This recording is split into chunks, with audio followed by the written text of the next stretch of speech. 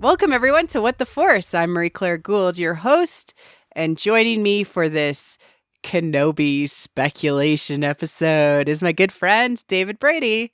Hello there. Yes, General Kenobi. I am coughing and wheezing right now. I could pull off a Grievous. Fair.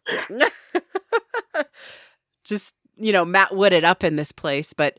Yeah, no, we were talking on Twitter, and I wanted an opportunity to, I guess, just discuss and talk about what we think we're going to get with Kenobi before it comes out in a week. Can you believe it? That's still, I was just talking on Twitter with Brad from Friends of the Force, and he was talking, he was like, this is weak, and that's wild. I'm like, that hasn't registered with me yet. Like, the level of hype I expected me to have from a week out from this show that I've been waiting, like, I think it was like rumored for 6 years. They announced it like another 3 years ago. Like, I've been like hyper focusing on it. I'm like, it hasn't registered that next Friday this show is going to be. We're going to see you and Hayden again in these roles. It's wild. Insane to me. Yeah, like I remember back TFA era, Boba Fett and a Kenobi show were the first rumored projects for the television shows or movies, standalone movies. Like, they were supposed to be Star Wars stories at one point, and then they got tossed around and changed up. And we've gotten Boba Fett, and now we're getting Kenobi. Yeah, I think they were probably supposed to be in the same line as Rogue One and Solo, and then Solo, in air quotes, flopped. Because Disney put it against, I think, Endgame and Deadpool at the same time. They're like, it didn't do well. I'm like, this was a Star Wars movie 5 months ago. Nobody wanted to do another. I'm like, I think that was a whole marketing thing and not no one wants this series of movies. And then Iger was tossing around Disney Plus, and they were like, okay, so we can still do these stories. We'll just do them over here since...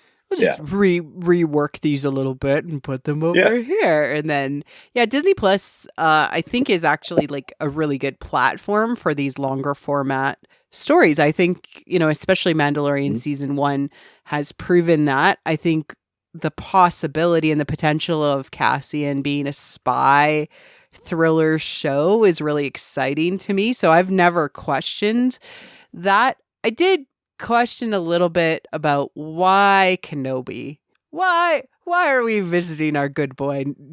Perfect knight, perfect Jedi knight. Whatever does he need to be explored with? Because ideally, you're not telling a story unless there's something to explore. So that's kind of what I wanted to dig into a little bit with this Kenobi speculation episode. We've seen the trailers, so we may bring up things from that, but we're not going to touch any like internet rumors, I would say. This is just based on our own gut instincts and maybe some of the things we would like to see. Where shall we start? I think maybe where Kenobi is at. How's our good boy hanging out in the desert? In the desert, from what promotional material looks like, he doesn't even have his hut yet. He's just living in a cave. He doesn't even give himself a house. Like, it's so sad. This is like Kenobi depression era. Yeah. Yep. Yeah. It's he's bottom of the barrel from all the interviews and stuff. I don't know how much we want to get into that. Ewan seems to be talking about Obi-Wan lost all of his faith. Is kind of broken, is sad. Like, he went to Tatooine with hope that, okay, I got Luke and we've at least got this. But it's been 10 years. Things haven't been getting better. And he's just been alone with his thoughts for 10 years and not really talking to anyone. To become a hermit. And he's like, this was a terrible decision. Yeah. It's him. And I'm going to guess the person he talks the most to is Owen Lars telling him he's an idiot to go away. I mean, one of the things I'm looking forward to the most is getting more memes out of this show, especially Kenobi ones, but we've gotten a spectacular Owen Lars one. It's probably from the first episode where he's like, oh, the boy must be trained. And Owen is just like you trained his father. Ooh! the week on Twitter following that of him just going in on absolutely everyone was an absolute delight. Watching everyone have a field day with that. It was great. There's a couple of things that I do want to point out. Hero's journey stuff, because that's always going to play in the Favreau era of Star Wars. I have to point it out. He probably sleeps with the hero with 1,000 faces underneath his pillow. Pulled it in so much into Boba Fett, so much into The Mandalorian so far. So it's really important that we understand that Favreau knows the template, at least in the kind of phases of different things. If we were to put Kenobi where he is on his hero's journey, there's multiple thresholds the hero must pass to get to the end state, which is beyond life and death, the master of life and death, basically, which to me is when he becomes a Force ghost. Before that, I'd say he. Right? I'd say that's a good spot to call that. Right? Before that, him initiating into his journey is taking on and training Anakin. And then there's a second threshold where after your kind of road of trials, like the Clone Wars, and your failure, you pass a second threshold, which is called Abyss and Atonement. And this is where you experience a spiritual death and like wander in a spiritual desert for many, many years, not knowing how to fix yourself. And then you experience apotheosis, which is like true understanding of the world. And I think that's where we're going to go from the abyss, atonement, and apotheosis of him understanding his place in the galaxy, basically. Yeah, absolutely. I could definitely see that. I can definitely see us getting from post Revenge of the Sith. He's, lost not just Anakin, but he's lost his order, his way of life, everybody ever cared about. Yep. Yeah. Everyone's got the only person that's still on good terms with him that's alive is Yoda, and I don't think they're probably talking much. They're probably not Force Skyping. No. To check in with each other. You'd be like, how's the desert? How's the swamp? Talk to you next week. It's like nothing's changed. No, it's just there's still sand. You still have your water. That's where we're at. Exactly. And so, like, in so many ways, I think that there's also a point in his journey with Maul and like kind of the trial on Tatooine when he faces off with Maul the last time. But I think there's something key about the apotheosis that I suspect he's going to go under, and it's entirely related to Vader, right? Everything and Anakin and like how he's going to view the world going into this. So I do want to talk about that in a moment when we get a little bit further down in our topics. But he thinks, and that we know this from an interview, that Anakin is dead. Yes. It does not seem like he's aware Vader survives Mustafar. Yeah. So that's one of the key important things I think is really important to call out, that he's going to have the oh hell no moment that Anakin lived as a machine, more machine than man, and is this evil Dark Lord. Yeah, he's going to be I'm excited for that moment. I know Legends has a moment of it. I don't know if they're going to reference that or how close if they go anywhere close to what that version is. What happens in that moment? So in Legends, Obi-Wan is in Mos Eisley. He's in one of the Moses, one of the cities. He's in a town and he's just sad drinking. I think this is closer to Revenge of the Sith than the show is. I think it's very early on, maybe 2 years in. I'm not sure chronologically where exactly it falls. And he's just sad drinking in a bar, and news broadcast comes up about new mysterious high-ranking Imperial Darth Vader, and it's just a picture of Vader in the suit with the mask, but Obi-Wan recognizes the name, and has a full-on panic attack. He's like, "Oh no, he's alive. I brought Luke to Tatooine. This is one of the most obvious places he would look. I gotta get out of here. I gotta get Luke out of here. I gotta go. We gotta go." And like as he's just like panicking and leaving, I think it's the first time he speaks to Qui-Gon's Force Ghost, and Qui-Gon comes to him. It's just like, okay, take a breath. Vader is trying to separate himself from Anakin as much as possible, which means he's not coming here. He doesn't want anything to do with Anakin and Anakin's past life. He's trying to bury that within himself. This is actually the last place he's going to be coming. You're fine. Take a breath. Go home. Yeah.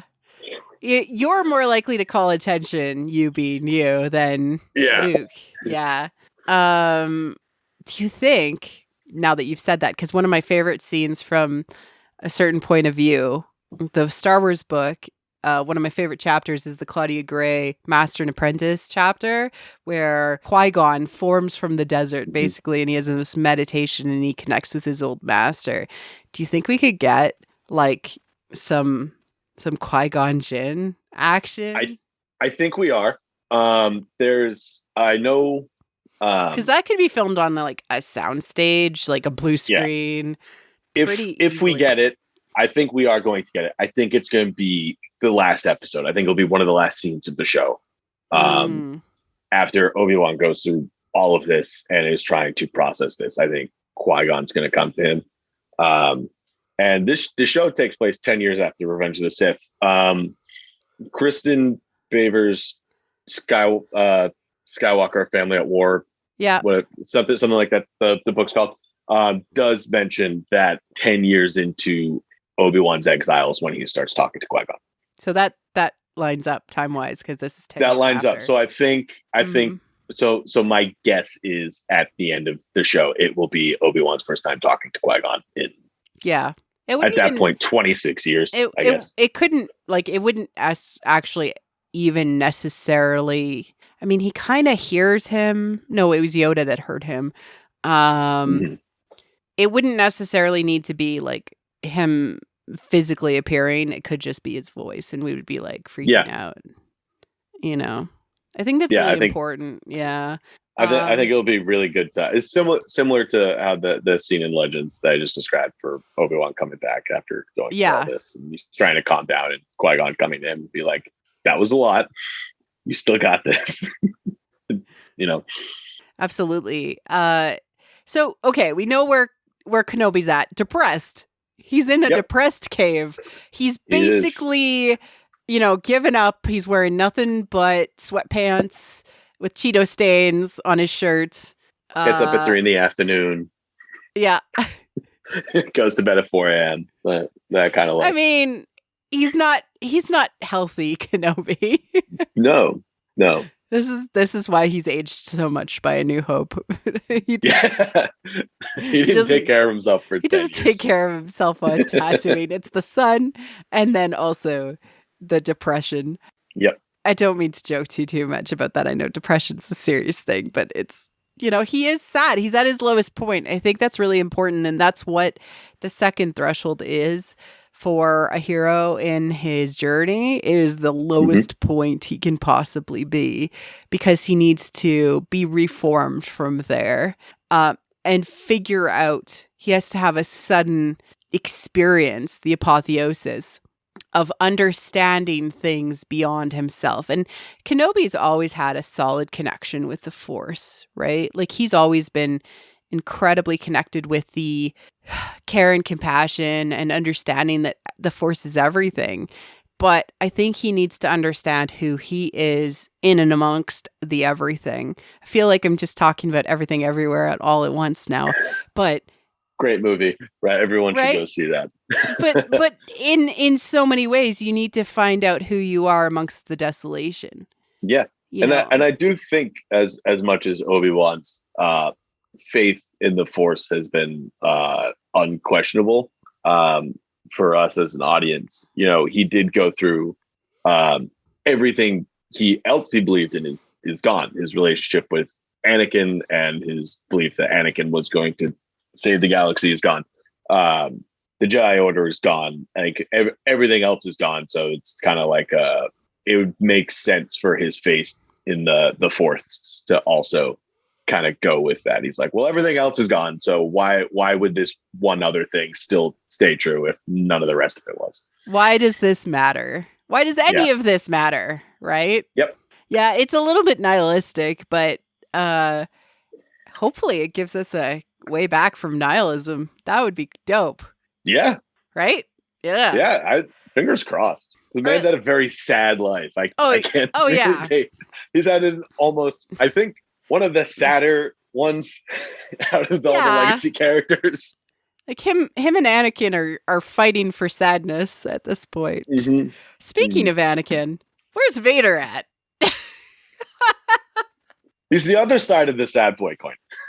Exactly. And we've seen in the trailers, they're bringing in the Grand Inquisitor. They're bringing in the Inquisitors, multiple, right? So we're getting the different Inquisitors that are participating in finding rogue Jedi and hunting them down, which were first introduced in the Charles Soule comic Darth Vader, which happens like literally he's sealed into the armors, like the first scene post Revenge of the Sith. Yeah. And it goes from there. It's a great run.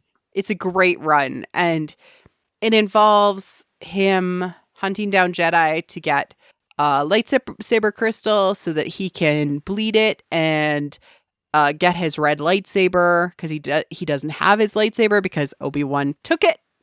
That jerk. How dare he? How dare he take his lightsaber? I mean, he took his heart. The weapon was his life. Yeah, he took his life. He took it with him to give it to his son unknowingly. Very, very Arthurian of him. Yep. And he hunts down Jocasta Nu and a bunch of other people, a bunch of other Jedi in that period of time, and establishes the sort of Inquisitors are established during that run. And then he goes back to Mustafar in Padme's like royal, like ambassadorial shuttle or starship, which has been destroyed or it gets destroyed during the period of the time. And he starts to build his castle on Mustafar with Momin in an attempt to bring or speak or connect with Padme in the underworld. Fascinating stuff. Really, really cool, interesting things.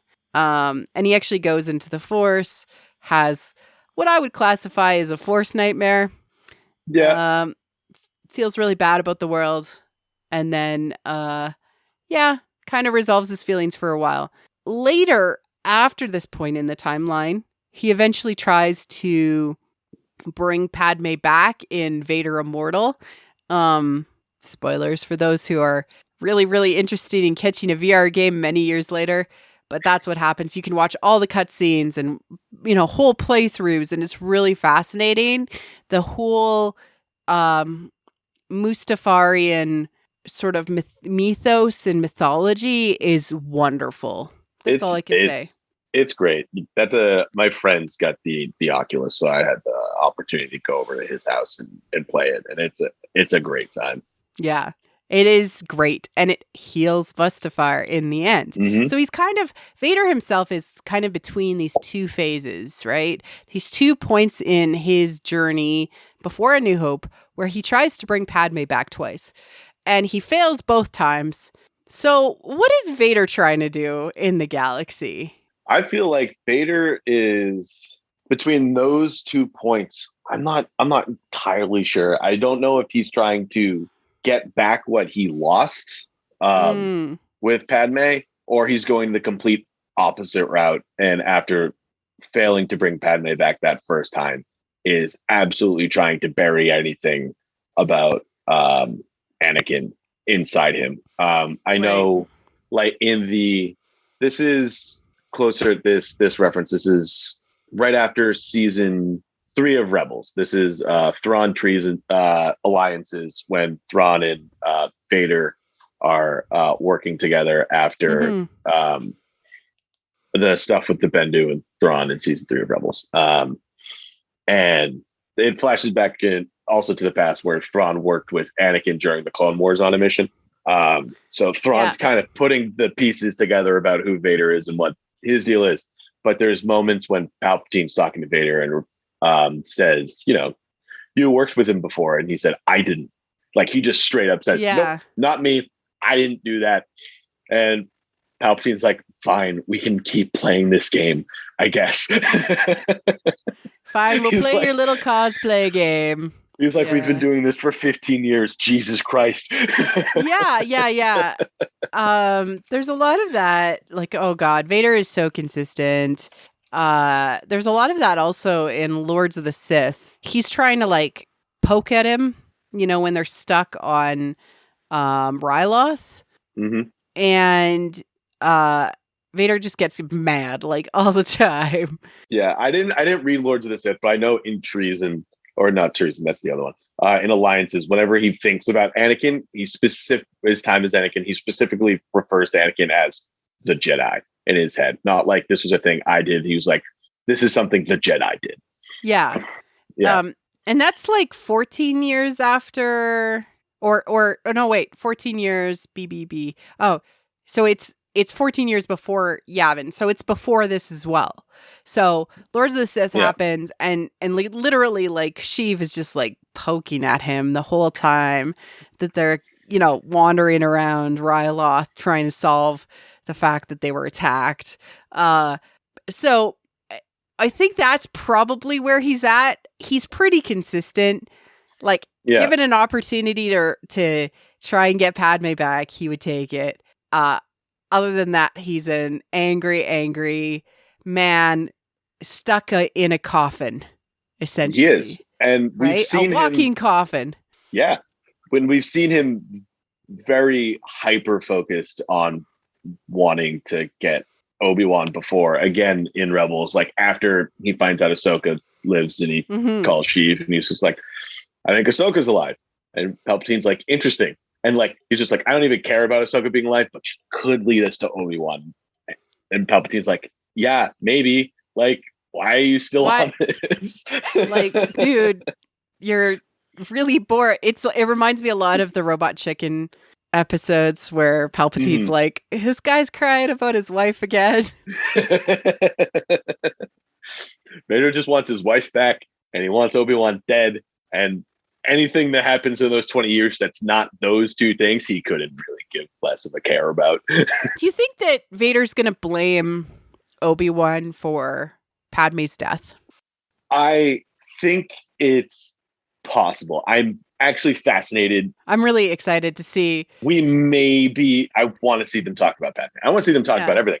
And guys, could you just like sit down and talk? This is where okay, we're gonna get to what I want in a moment, but this plugs into what I want. This is what I want. This is it in my vision for how the whole series is gonna go.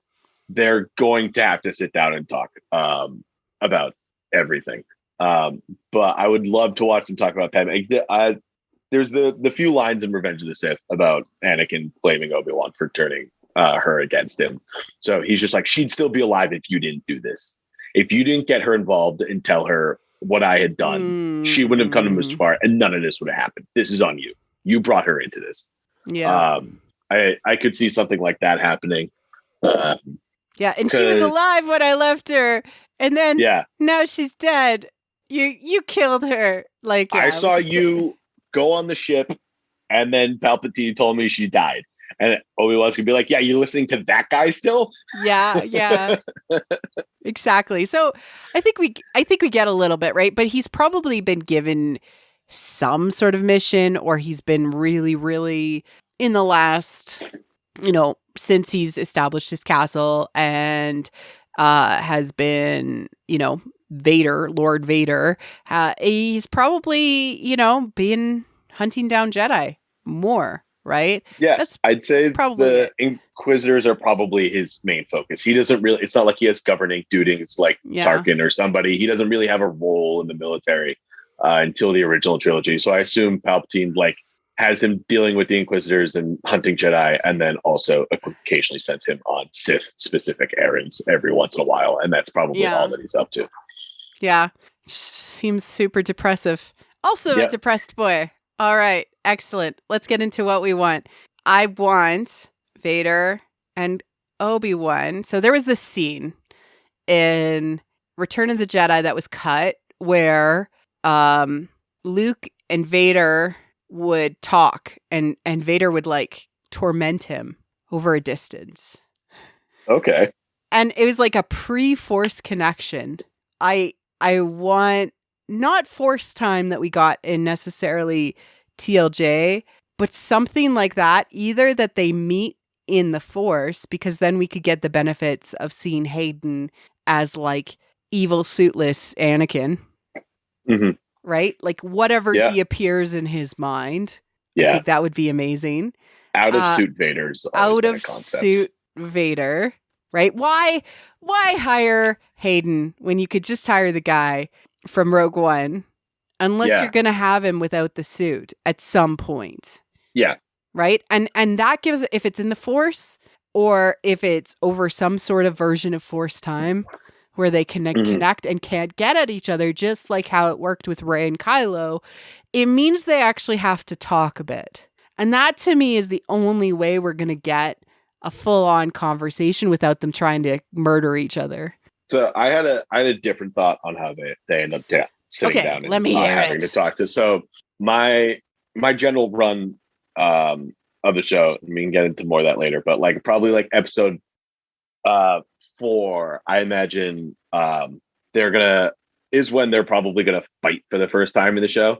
Yeah. And I don't know if something goes wrong in the environment, something, they get an external threat comes and knocks them both out, or if they fall into a cave or something, and Vader's cybernetics get messed up. Oh my God, and he actively can't, like, similar to Rebels with Zeb and I was gonna say it's Sideburns guy. Whose name Callus. is Callus. Yeah. Similar, basically a similar situation to this, where the Imperial is stuck and cannot kill the Rebel Jedi in this situation. Death and by they angst. just have to and they have to, they're stuck, and they have to work together, just like they have to work together to get out of the mess that they're in. Mm-hmm. And I imagine this is where Obi-Wan and Vader have to sit down and talk. They're stuck. They have no other option. They're stuck in a room together. They're going to talk to each other about everything that happens. And my hope in this situation is that Obi-Wan's like sees that Anakin might be able to get saved. He's like, we're gonna talk through this. We can get this. And Anakin's like thinking about it. And this is because she pokes him all the time. Like every, like probably about once a year or so. He's just like, you're like not thinking about like taking off, are you? And Vader's like, I am, but I'm not going to say it. Right. Like, I'm not thinking about murdering you in your sleep. Yeah. And then his allegiance to Sheev and the dark side gets reaffirmed by the end of those arcs every time. Mm-hmm. And so I imagine it'd be a similar thing where he's like, I could go with Obi-Wan, and all this pain and suffering for me you just want to might hurt stop. And then something goes wrong in the conversation where it might be Padme related, where he's just like, but you did this, or he finds out Obi-Wan's keeping like Obi-Wan knows something about Padme's death and the twins that Obi-Wan does not feel comfortable sharing at this time. Yeah. And he's like, you still don't trust me. You still can't see past this. You've never trusted me. And that just shuts Vader off of that. And then Vader gets back up. They fight again. Obi-Wan escapes, goes back to Tatooine. Because I feel like they're going to want to get him to the point, Kenobi, like Obi-Wan, to the point where he feels like there's no redeeming Anakin. No. Right? They have to. I think we need to see him get to the point where he is in the original trilogy, where Luke's like, he's my father. He was a good man. We can get him there again. We can work this out. And he's tried. Like that's a man who has tried to save Anakin. He's like, dude, I've tried. I was in there having the conversation. You were not there, Luke. He's like, I raised, you don't understand. I raised your dad, basically. Yeah. I basically raised him. I've tried to walk your dad back from every bad impulse he's had for a solid 40 years. It doesn't, we can't do it. It can't. And that's why it works with Luke, because Luke doesn't have that outside context. He doesn't know who Anakin was pre Vader. It doesn't have that long, arduous relationship with him, and is able to see past, little all generational that trauma. Kenobi. Yeah. Yep. And whereas I think Yoda is more like seeing the big light versus dark picture in the original trilogy. He's just like, we gotta get the Sith. Like, that's been the whole thing. That's the whole game. And Obi-Wan's like, you don't understand how we're spiraling out of control here? Have you seen the news? Like, yeah. And Obi-Wan's like, you don't understand how difficult of a man your father is. You really don't. Like, now I want that though, David. Yeah. Like, I think that extra context, rather than, because I feel like right now, the way the original trilogy reads is Obi-Wan being really callous about Vader and the idea that Anakin could be saved, but having this other interaction between them where Obi-Wan, because they've got the one justifiably line, like Return tries of the Jedi, to save him. Yeah. And they've got the one-off line in Return of the Jedi where Vader is just like, Obi-Wan once thought as you did. And seeing that moment where Obi-Wan thinks he might be able to save Vader. And then that also reinforcing Vader's opinion of himself that he can't be saved because even Obi-Wan couldn't save him. Obi-Wan stopped him from making every bad decision he's ever made. Ahsoka tried. Who could actually save him? Well, probably like, Padme or Padme's child. Yeah. Right. He's like, yeah. So, and that's why Luke's able to break through, because he's got that love for Anakin that surpasses everyone else's just trauma with Anakin, and vice versa, Anakin's trauma with everybody else. Yeah. His relationship doesn't have all of that baggage and complications and stuff. I mean, it does, but they deal with it by sacrificial death. So, yeah. I think that does feed into one of the things I think is going to happen to one of the new characters. I think Vader's death has negatively impacted the way Lucasfilm insists on telling stories with dark side users. Yeah. Yeah. I think so. Yeah. As great of a moment as it was, I think a lot of the Lucasfilm writers believe that if they don't die evil, they have to sacrificially die. And those are the only two ends any dark side user can have ever. Seems to be the running trend. Yeah. And that's disappointing because there is a need to show how to get back from the dark side and still live your life. Yeah. I think. I think and you and I have both been reading Bell Hooks and specifically A Will to Change, which is really about it focuses actually on men and how patriarchal culture has influenced men to sort of be disconnected from their wholeness, and their wholeness being their emotions, right? And the best example of this is actually both Obi-Wan Kenobi and Anakin Skywalker in different ways. Anakin Skywalker is like pure disconnection from his emotions and the things that have happened to him and feeling the things that he needs to feel. He can only feel pain and anger. And that is, Bell Hooks would talk about being how we raise men in our society. And that's the machine part. The machine. Yeah, exactly. And the only way that he is in the end saved is by reconnecting with how he feels, truthfully. Yeah. Where Obi-Wan is also kind of falling into this trap is that he also is disconnected from his emotions. In thinking that violence is the way to solve the problem of Anakin Skywalker. And I do think that they will fight based on this. And I think he's going to realize that violence isn't the answer for Anakin. for himself. I agree. Right? Yeah, like he himself, right? And this is going to lead him to like what happens with Maul on Tatooine and what happens on the Death Star in A New Hope, where he truthfully realizes that it is not a fight that can be won by killing Anakin.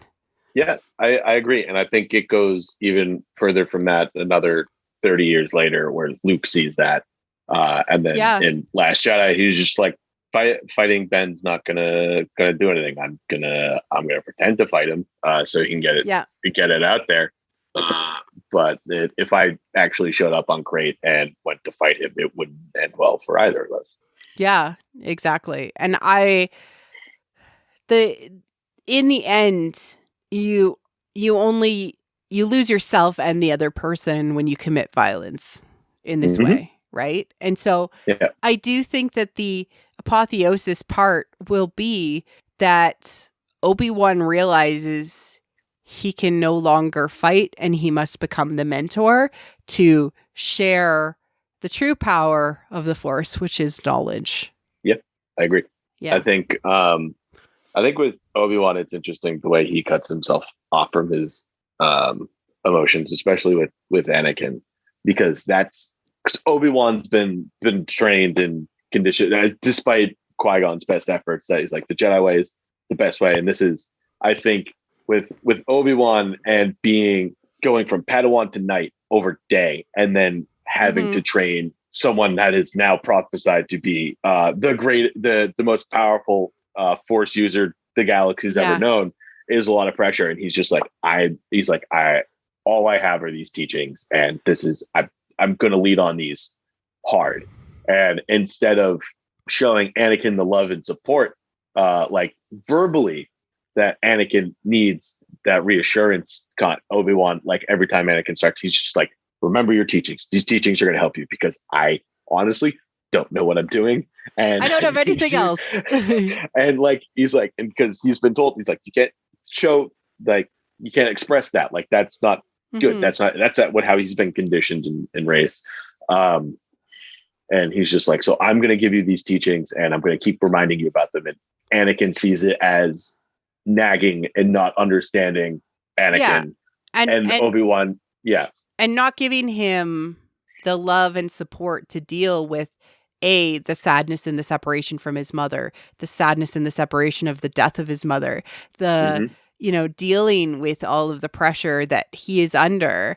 And Anakin's not supposed to feel any of these things or express any of these things. That is the absolute that is absolutely what is everything wrong with how we treat especially males in our society, right? You're not allowed to feel sad. You're not allowed to feel really anger unless that anger is useful, right? Unless you're, defending or you're committing good violence. Yeah. Right. And I think that's kind of where the Sith logic more steps in. It's like, using your anger and all that stuff. And we see Anakin's frustration. Even Jedi in the Clone Wars, you're allowed to be violent as long as it's good anger, right? But whereas if you can understand the anger and you can understand, like, okay, that is anger, that is part of me, but I need to be doing what is right, and I need to understand, and I am wise enough, like the Jedi should be, to understand the difference. You cannot cut yourself off from your emotions. You just need to understand them.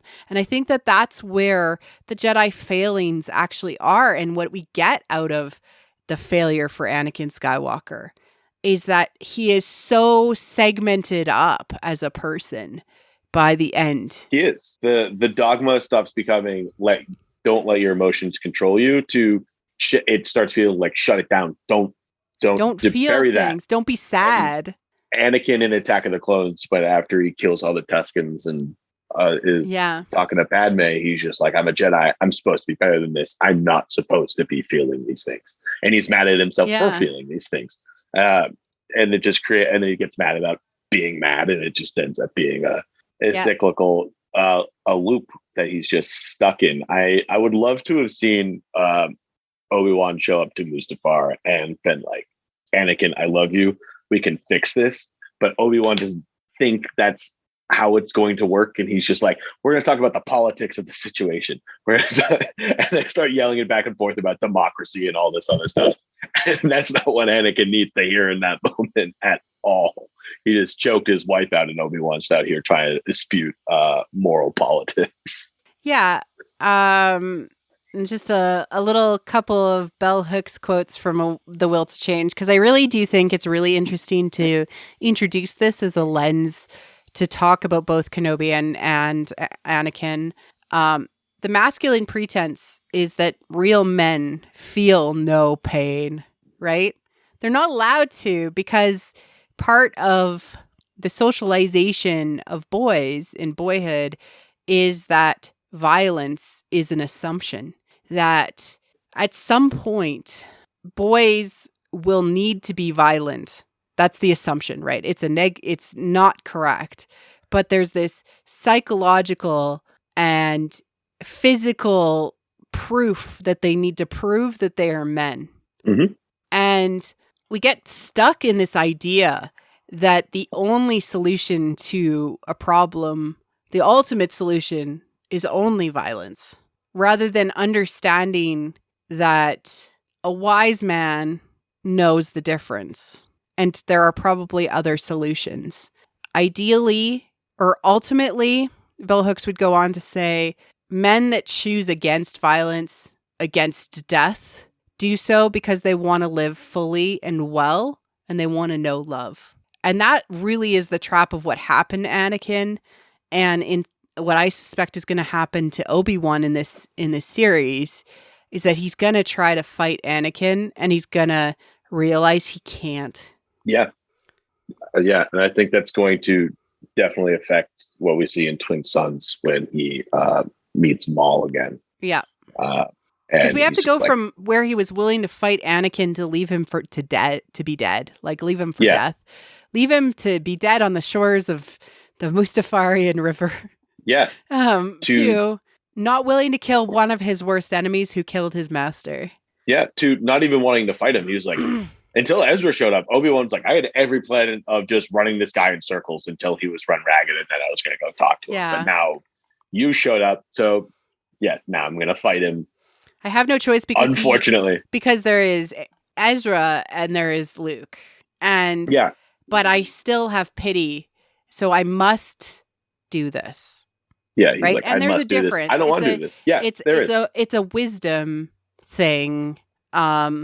But I also think that also will come through when in A New Hope, he's not willing to truthfully hurt Vader. He's more willing to die for Vader. Yeah, I agree. And I think that's part of why I'd love to see that re-explored through everyone gets upset about that lightsaber fight being so clunky, which I think it's fine. I think everyone overreacts about the Anakin and the Vader and Obi-Wan fight on the Death Star. I think everyone blows that out of proportion. It was cool in the 70s. We'll go with it. Yeah. But to re-examine that as Obi-Wan's like, I'm trying to stall. I really don't want to be fighting you right now at all. Yeah, I think that could add a lot of interesting context to that fight. From a Deborah Chow perspective, is there something that you're hoping for we'll get? Awesome action scenes. That's what I hope. Awesome action scenes.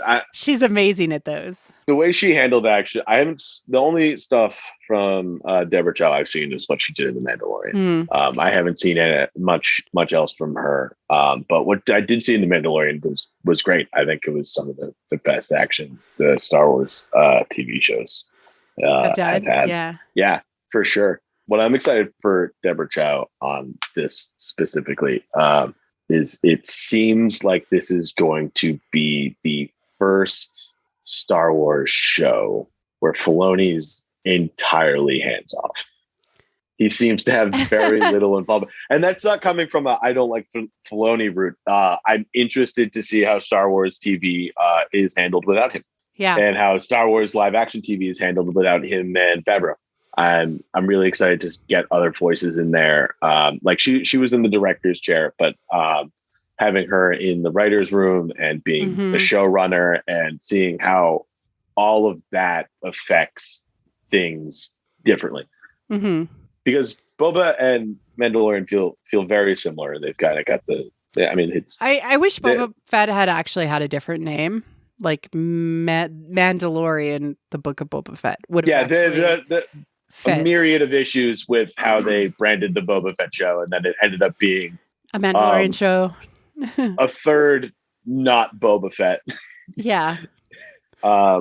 Which the struggle is unfortunate. Real. Yeah. I think if they added an extra episode after the between 6 and 7, and they added an episode in the middle there where we explored Boba and Cad Bane's relationship a little bit more, I think that would have probably fixed the problem for me.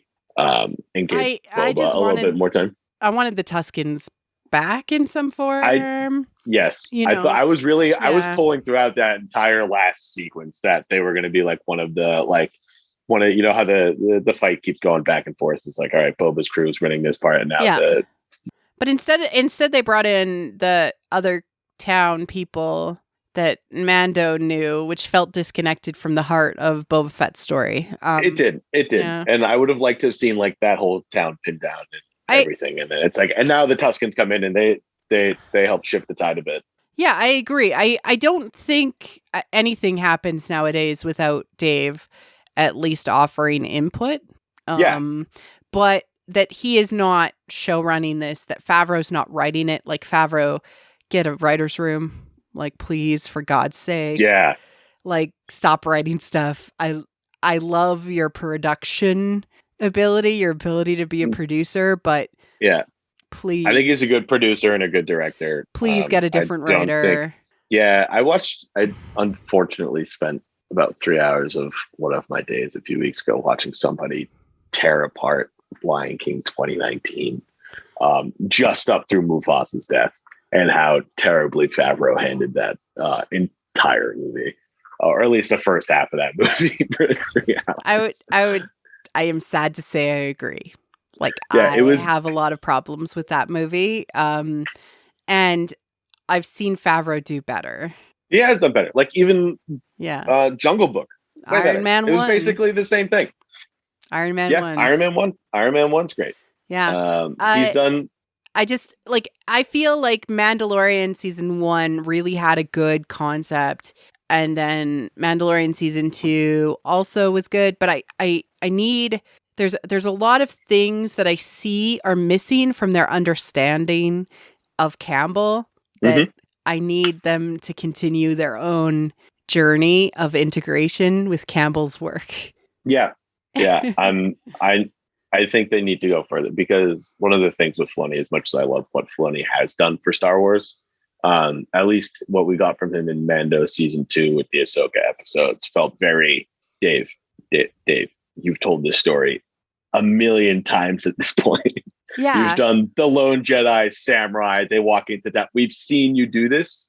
We've seen you do it with this character a million times. And that's where I'm nervous for the Ahsoka show, because I'm just kind of like, I don't know if I can watch a whole season of you just doing this again. So I hope he finds a new inspiration from somewhere. Yeah. I think it's a bit of a run. Yeah.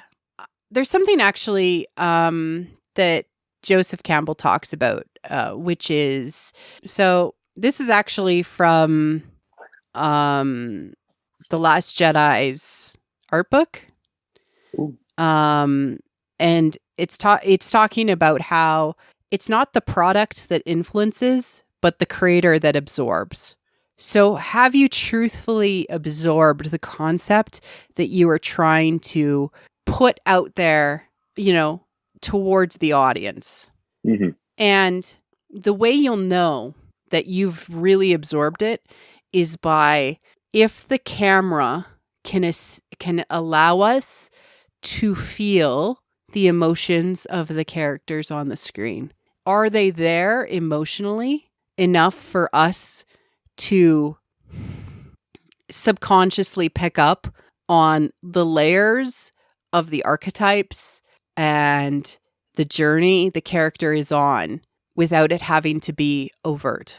Yeah. And that's when we know that we're seeing the character as a whole person rather than Vader the monster, Vader the Anakin the sad boy, Obi-Wan the sad boy, right?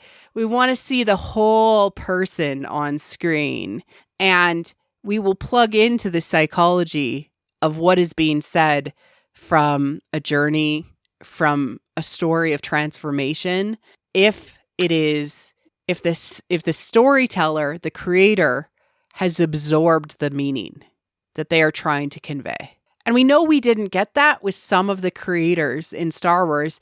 And we know that some of the creators are creating from route now rather than from what are they currently integrating into themselves and absorbing, assuming that the product itself will inspire us. Yeah, I'd agree with that.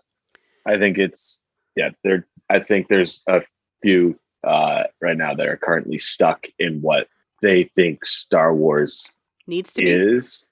What it is and what it needs to be. And I don't know if they're stuck now or when they first came into Lucasfilm and were telling stories and we got their perspective for the first time. It was refreshing and cool to see. And now they've that's always been the perspective that they've had for Star Wars. So getting it that first time as an audience is exciting. And then going forward when they're still doing that, it's like, oh, okay. You just like I was talking about with Vader's death and how that was handled. Yeah. And how that seems to have basically locked everyone's in what is possible for dark side users. Yeah. Trilla being one of them, Maul kind of, Ben for sure, going back into Kenobi, speculation, possible spoilers. I definitely think that's going to be where we see the third sister, Reva, end up. I think we're going to see. I just don't think that we don't have a choice but to see. I mean, it's too much like Trilla, right? It is very similar to Trilla.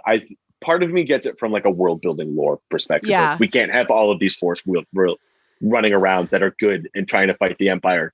And then where the hell were they during the original trilogy where Luke is the last Jedi? I mean, it makes sense where Ezra's like somewhere in wild space. Yeah, like, Ezra's been banished to the edge of the galaxy. Who knows where Cal Kestis, Marin, Ser Junda, and that whole list of people are during all this? What's Ahsoka been up to during the original trilogy? She seems to have not been involved with the rebellion at all post Rebels. Yeah. And you can only make that list so long before everyone thinks you start stretching it. So I get it from the story group's perspective a little bit, but at the same time, it's like, guys, you don't have to do it every time. Yeah, exactly. Yeah. I do think, so I think, unfortunately, I hope what inspires Obi-Wan that Vader can't change is that Reva has that mini redemption arc before her inevitable death, which I'm gonna set that as my bar. And then if Deborah Chow wants to prove me wrong, I can be ecstatic about it and be like, yes, somebody gets it. Exactly. And I'm looking forward to having feminine gaze behind the camera, right? So just different perspective and different emotionality thrown at us. And it does make a difference. Like we've seen that with Bryce Dallas Howard and her lens. Yep, I agree. Yeah. I'm very excited to see what Deb brings to the show. If Deb wants to give us shirtless Obi-Wan at any point in time during the show, I'm 100% for that. Yeah. I mean, Ewan, yeah. Yeah. I would take shirtless Anakin in a Force vision. Yeah. Yeah. Let's just get everybody shirtless. Anakin, the prequel, I think we got him twice shirtless in the prequels. Yep. Great moment, both times. Let's go. Yeah. Hayden's a farm boy. We can do it. Yeah. We get Obi-Wan goes over to Lars farm and Owen's out there working the working the fields. He's got his shirt off because it's hot out. You know, it's got a shirtless Owen coming. Get everybody. Everybody's got to be shirtless in Deb Chow's Obi-Wan Kenobi show. Yep, I'm here for it. Let's do it. Yeah. And with that bit of silliness, is there anything else that you really want to see?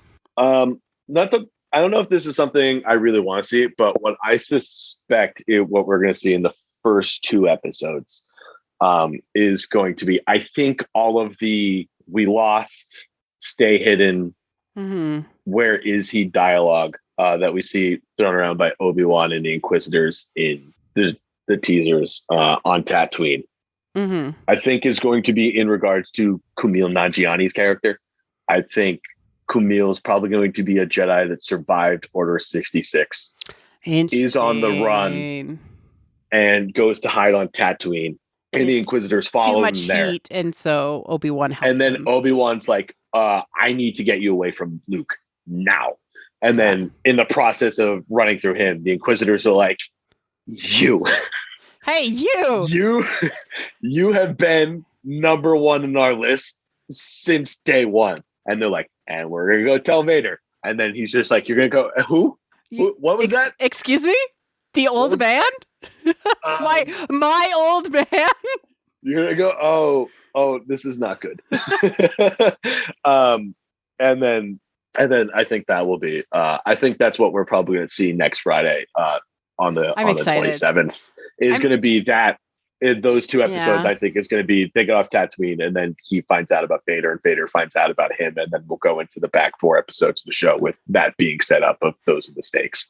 I'm going to Celebration. I'm really excited to feel celebration after the 2 episodes drop. Yeah, I wish I was going. I was almost going to go, and then my mother pointed out to me that the 27th is also my sister's college graduation, and I was like, oh.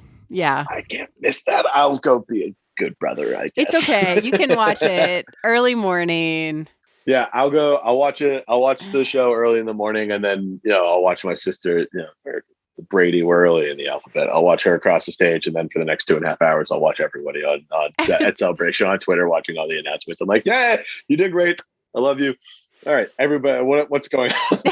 On to the next. I don't know the other 500 people graduating, and I don't care about any of these speakers. You're just hiding your phone in your jacket, being like, yeah. What are people saying on what are the memes? What are the memes coming out? Yeah. I saw someone sent me a high ground meme today. I'll probably send it to you after this because it's very good. Please do. High ground memes. Owen Lars has joined the memeology of Star Wars. Yes. It's good when there's memes. I'm so glad Joel is coming back for the role, especially after I haven't seen him in anything in a long time until Green Knight. And level of performance Green Knight, man, another A24 movie that you got to watch. The performance that Joel gave in that movie was outstanding. It got me really excited when they announced he was coming back he was spectacular in that movie. He was. So I'm excited to see. Yeah, it's I haven't seen him in anything, so I see him give those 2 lines in Attack of the Clones, and then I see him drop that performance, and I'm like, oh, we're gonna get a very interesting Uncle Owen. Probably for the first time. For a lot of people. I know he's got some really interesting stuff in the comics, especially with Obi-Wan. It's a lot of the same conversation of we got to train Luke, and he's just like, yeah, he's gonna be historically not your move. You know what? You know who doesn't typically just die or turn evil and kind of curse the whole galaxy? Farmers. Let's see. So I'm interested. I want to see what Owen knows. Yeah, that would be good. Yeah, what does Owen know? How much did Obi-Wan tell Owen? Does he? Because if Obi-Wan doesn't know about Vader, no, Owen probably doesn't either.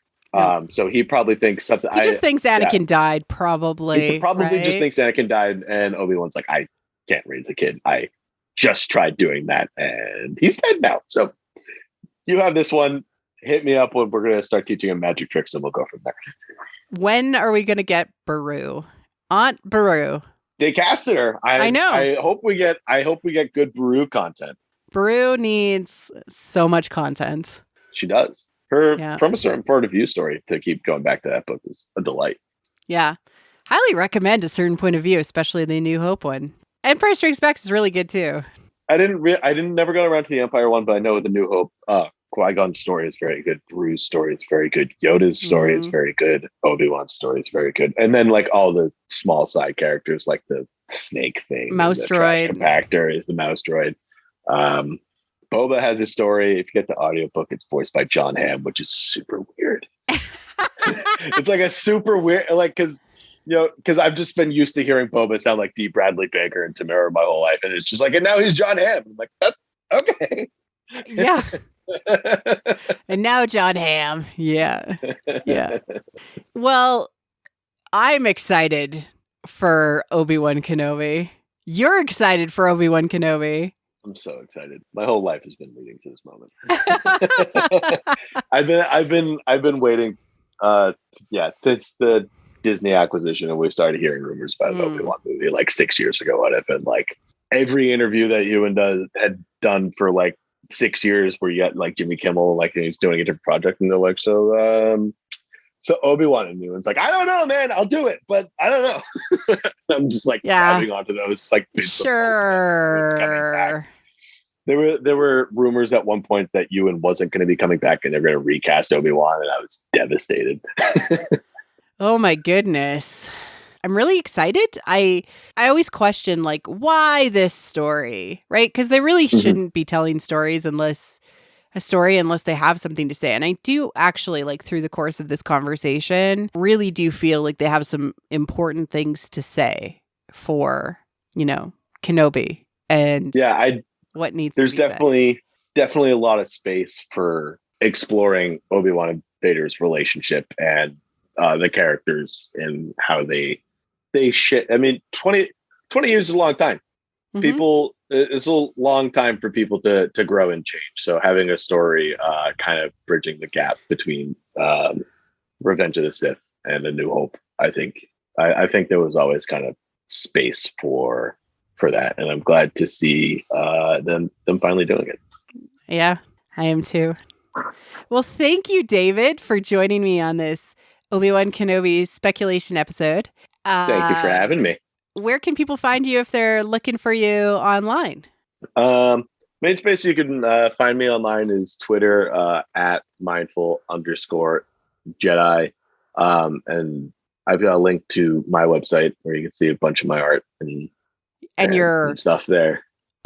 Obi-Wan Kenobi, like, I don't know, like sort of like poster you did was exceptional. Yeah, thank you. I was originally doing that as like a concept piece. I'm working on another one right now. I want to get a few out before Friday with the show, and then I'm going to try and do one weekly and just be like, this is my guess and what's going to be happening next week.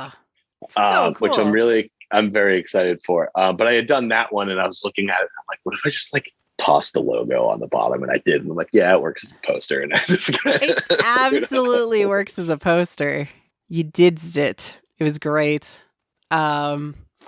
No, I'm really looking forward to the show. I'm really looking forward to seeing Ewan and Hayden back, and I'm looking for all the feels and the angst of what you thought you needed, which is them having some genuine conversations. And I will probably have an out of body experience if we hear Padme mentioned. If we hear Padme mentioned, they pulled her back for Thor: Love and Thunder. I would love if they do, because I assume they're doing flashbacks. If we get one flashback, which is like Padme for like a minute, it's over for me. If they got Natalie for that, that'd be incredible. That's my long shot hope for cameos as far as this show goes. Everyone's like, maybe Mace Windu, maybe Maul, Grievous, Ahsoka, and all these people. And I'm like, I want Padme. That's my long shot cameo hope that I'm rooting for. Yeah. If they pull in a cameo, like they sort of did the scene in Boba Fett where they flash back to Boba being a kid. Mm-hmm. They could do something like that. They could. Yeah. Even if it's just like her, like they did in Infinity War Endgame, where you see like Natalie Portman like walking off screen and like Anakin and Padme clearly just had a moment, and she's walking out, and Obi-Wan's walking in, and Obi-Wan's like, "So what's that about?" And Anakin's like, "No, what? No, What was nothing." Yeah. Like, I feel like she needs to be in the room somehow, in the story somehow. So either mentioned, or they talk about her, or we literally see her, which would be so cool. Well, thank you for joining us on this journey, and we will be back with our deep dive show I'm going to be doing with Alex Kane on the Obi-Wan Kenobi show, probably coming out just after Celebration, because of Celebration happening at the same time. Yeah. Are you guys doing weekly? Yep. Again? Yep. Very excited to listen to that. Yes. Excellent. Cheers, everyone. Thank you for listening to What the Force. I'm Marie-Claire Gould, your host. Our intro and outro is orchestral music by Christy Carew for What the Force. We have a Patreon at patreon.com/whattheforce.